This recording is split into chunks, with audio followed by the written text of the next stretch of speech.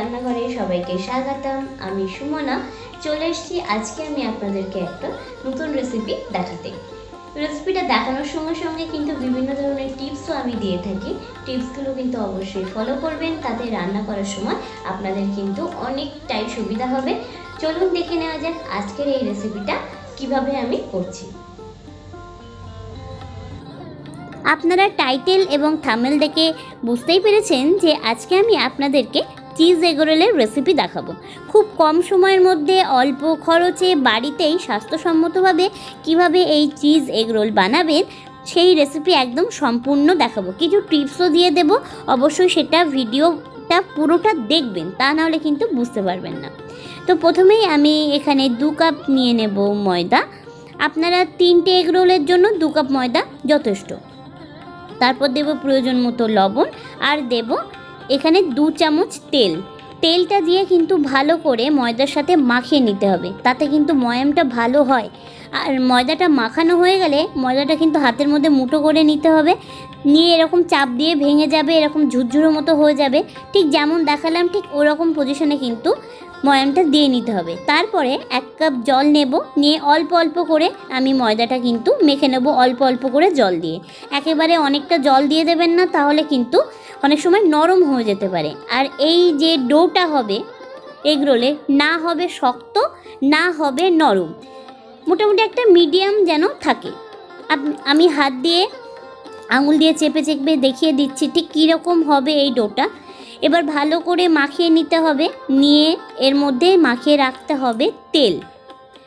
আমি এখানে দিয়ে নেব অল্প একটু তেল, হাতে নিয়ে আমি এই ডোটা কিন্তু মোটামুটি আধ ঘন্টার জন্য রেস্টে দিয়ে রাখবো। এবার হাতে তেল নেব, নিয়ে এই ময়দার ডোতে আমি লাগিয়ে রাখবো। লাগিয়ে রেখে মোটামুটি আধ ঘন্টা পরে আবার ফিরবো। এই এগ রোল কিন্তু আমরা বাড়িতে প্রায় খেয়ে থাকি, তবে চিজ এগ রোলটাও কিন্তু দারুণ লাগে। তো যাই হোক, এরপরে আমি ময়দাটা কিন্তু ভালো করে মথে নেব। আমি ভালো করে মথে নিচ্ছি, আপনারা কিন্তু একটু মথে নেবেন, তা না হলে কিন্তু এই এগ রোল ভালো লাগবে না খেতে। আমি এখানে 3টে বড় বড় ডো করে নিয়েছি। এবার এটাতে দিয়ে নেব অল্প একটু ময়দা, তা না হলে কিন্তু এই যে এগ রোলের রুটিটা সেটা কিন্তু ভালো করে বানাতে পারবেন না। তো ভালো করে গোল করে বানানোর চেষ্টা করবেন। আমি যতটুকু পারি সেরকম গোল করে চেষ্টা করেছি বানানোর। আপনারা যদি এর থেকে ভালো গোল করতে পারেন তাহলে তো খুবই ভালো। যাই হোক, মোটামুটি আমি একটা রাউন্ড শেপ করে নিয়েছি। রুটিটা কিন্তু খুব পাতলা বেললে হবে না, আর খুব কিন্তু মোটা রাখলেও হবে না। আর এ থেকে যা ময়দা ছিল সব কিন্তু ঝেড়ে নিতে হবে, তা নাহলে তেলের মধ্যে যখন এই রুটিটা ভাজা হবে তখন কিন্তু সেই তেলের মধ্যে কালো কালো দাগ হয়ে যাবে। এবার আমি একটা তাওয়া নিয়ে নিয়েছি। এবার তাওয়াটা নিয়ে আমি প্রথমে রুটিটা একটু তেল ছাড়া এপিট উপিট করে ভেজে নেব। তারপরে দেব এর মধ্যে তেল। আমার 2 পিঠই কিন্তু অল্প অল্প সেঁকে নেওয়া হয়ে গেছে।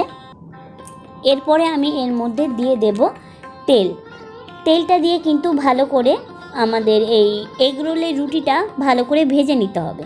তো আমি এখানে 1 চামচ মতো দিয়ে দিলাম তেল। তেলটা দিয়ে আমি একটু ভালো করে ভেজে নেব, দেখবেন খুব সুন্দর ফুলে উঠবে।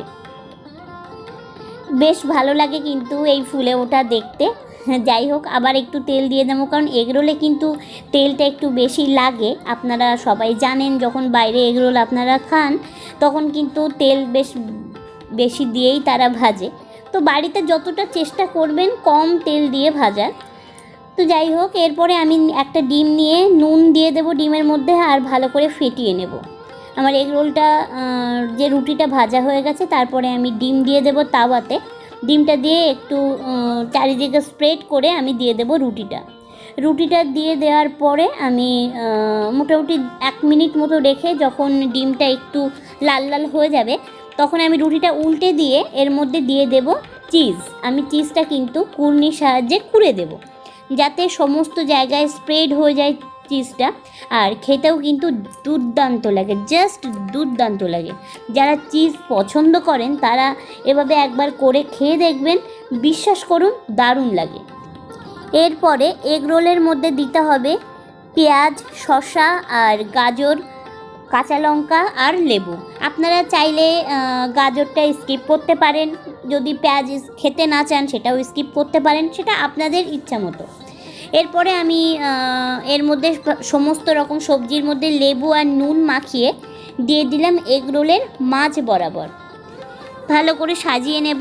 আর খুব বেশি কিন্তু এখানে শসা পেঁয়াজ এগুলো দেওয়া যাবে না, তাহলে এগ রোলটা কিন্তু ফেটে যেতে পারে যখন ফোল্ড করা হবে।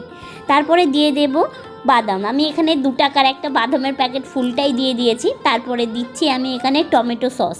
আপনাদের যে টমেটো সস ভালো লাগে সেই টমেটো সস কিন্তু এখানে দিতে পারেন। তারপরে আস্তে করে এগ রোলটা কিন্তু মুড়ে নিতে হবে। তবে হ্যাঁ, এগ রোলটা একটু ঠান্ডা হলে তারপরে, তবে তাওয়াতে কিন্তু রেখে দেবেন না, তাহলে কিন্তু এগ রোল শক্ত হয়ে যেতে পারে আর ভেঙে যেতে পারে। তাওয়া থেকে নামিয়ে নেবেন। এগ রোলটা সাদা কাগজে ভালো করে মুড়িয়ে নেব। তারপরে একেবারে রেডি হয়ে যাবে আজকের এই চিজ এগ রোলের রেসিপি। কেমন লাগলো আজকের এই চিজ এগ রোলের রেসিপি কমেন্ট করতে ভুলবেন না। যদি আপনি আমার চ্যানেলে নতুন হয়ে থাকেন তাহলে অনুরোধ রইল চ্যানেলটাকে সাবস্ক্রাইব করে রাখবেন আর পাশে থাকা বেল আইকনটা প্রেস করে রাখবেন। হ্যাঁ, আবারও বলছি, যদি ভালো লাগে তবে, তা না হলে একদমই করবেন না। যাই হোক, আজকে এই পর্যন্ত। সবাই ভালো থাকবেন, সুস্থ থাকবেন। আবার দেখা হবে নতুন ভিডিওতে। টাটা।